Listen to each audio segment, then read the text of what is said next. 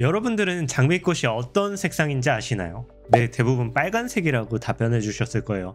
간혹 흰색을 말씀해 주셨을 수도 있고요. 근데 여러분, 장미가 빨간색이라고 어떻게 확신하시나요? 이런 질문을 받으면 이건 무슨 황당한 소린가 하실 거예요. 하지만 이 영상을 끝까지 보시면 장미가 빨간색이 아닐 수도 있다는 사실을 깨달으실 거예요. 여러분이 믿는 색을 인식하려면 세 가지 조건이 필요한데요. 첫 번째는 빛이에요. 빛이 없는 어둠 속에서는 장미를 빨간색으로 인식할 수가 없어요. 눈으로 지각할 수 있는 빛은 가시광선이라고 하는데 380나노미터에서 780나노미터 사이를 인식할 수 있죠. 380나노미터보다 짧은 파장의 영역에서는 자외선, 780나노미터보다 긴 파장 영역은 적외선과 전파라고 말해요. 둘째는 물체예요. 물체에서 색을 느낄 수 있는 이유는 빛의 작용 덕분이에요. 빛이 물체에 닿으면 흡수되거나 반사, 투가 되죠. 물체는 각각 고유의 반사율을 가지고 있어서 알맞은 파장은 흡수하고 적절하지 않으면 모두 반사합니다. 이런 현상 덕분에 장미꽃을 빨간색이라고 말할 수 있는 거예요. 세 번째는 가장 중요한 눈인데요. 물체가 빛을 받은 다음 반사한 색을 지각하는 거죠. 근데 사람들한테 이 색상이 빨간색으로 보이는데 색상을 구별하지 못하는 강아지는 장미가 빨간색이라는 주장에 동의하지 않을 거예요. 다른 동물들도 모두 장미가 빨간색이라는 사실에 각기 다른 주장을 펼칠 겁니다. 그럼 이 색의 본질은 뭘까요? 네, 바로 빛이라는 점입니다. 여러분이 지각하는 빨간색도 빛이고 각기 다른 동물들이 지각하는 색상도 본질은 빛입니다. 이 사실처럼 우리는 각자 다른 몸에서 다른 방식으로 세상을 이해하지만 결국 실제는 동일해요. 각기 다른 종교가 공통적으로 말하고 있는 내용이기도 하고요. 내 몸이 본질이고 영원할 것 같다는 생각에서 집착이 생겨납니다. 우리의 본질은 몸이 아니라 몸과 마음을 바라보는 관찰자로서 존재하는 나입니다. 이 실제에게는 몸이 하나가 아닙니다. 실제는 인간, 동물, 식물로서 다른 형상을 지니죠. 즉 각기 다른 몸을 지니는 거예요. 본질은 같은데 말이에요. 우리를 작게 나눠보면 원자만 남는데 모든 생명체, 심지어 우주까지 원자로 구성되어 있다는 사실을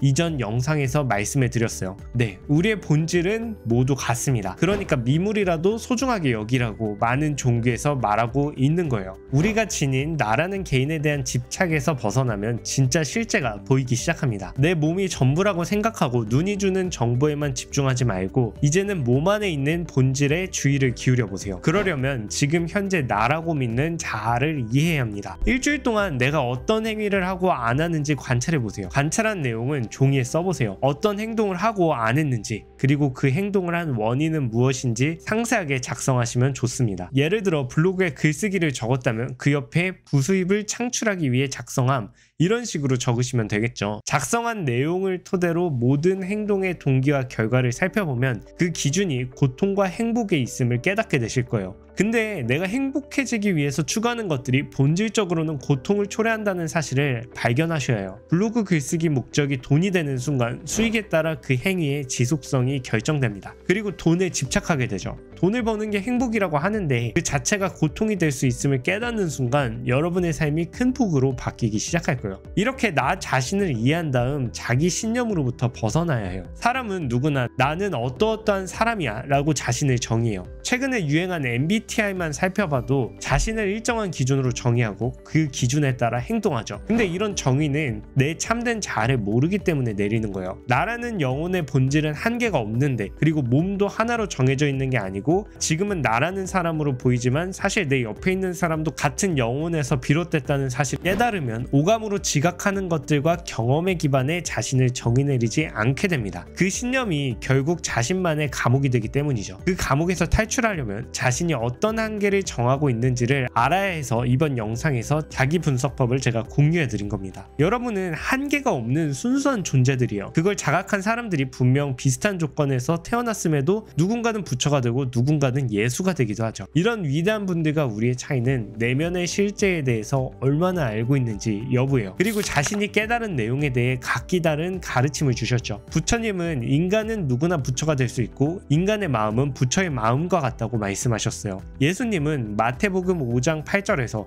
행복하여라, 마음이 깨끗한 사람들, 그들은 하느님을 볼 것이다 라고 말씀하셨죠. 깨끗한 마음이란 본질을 통찰할 수 있는 실체를 의미합니다. 돈이나 명예와 같은 물질적인 가치가 아니라 절대적인 힘을 느끼고 바라볼 수 있는, 그리고 그 힘을 지금 현재에 가져올 수 있는 그런 능력을 키우라고 말씀하신 거예요. 그래서 끌어당긴 법칙을 말하는 많은 성공한 사람들이 기독교를 믿기도 해요. 절대적인 힘에 대한 믿음을 바탕으로 시각화를 하면은 자연스레 현실이 바뀐다는 끌어당긴 법칙이 작동하려면 근본적으로는 절대적인 힘이 존재해야 하니까요. 그 힘에 대해서 누군가는 하느님이라고 부르고, 누군가는 우주의 힘이라고 부르고, 누군가는 부처님 절대자라고 말하는 거예요. 그렇게 표현만 각기 다른 거지 결국에 본질은 같습니다. 그리고 모든 종교와 수많은 현인들이 공통적으로 강조한 부분이 있어요. 바로 믿음과 본질을 바라볼 수 있는 통찰력이죠.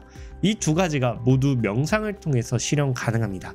영상을 끝까지 보신 분들은 영상이 끝나자마자 눈을 감고 5분간 나라는 사람에 대해서 생각해 보실 시간을 가지셨으면 좋겠어요.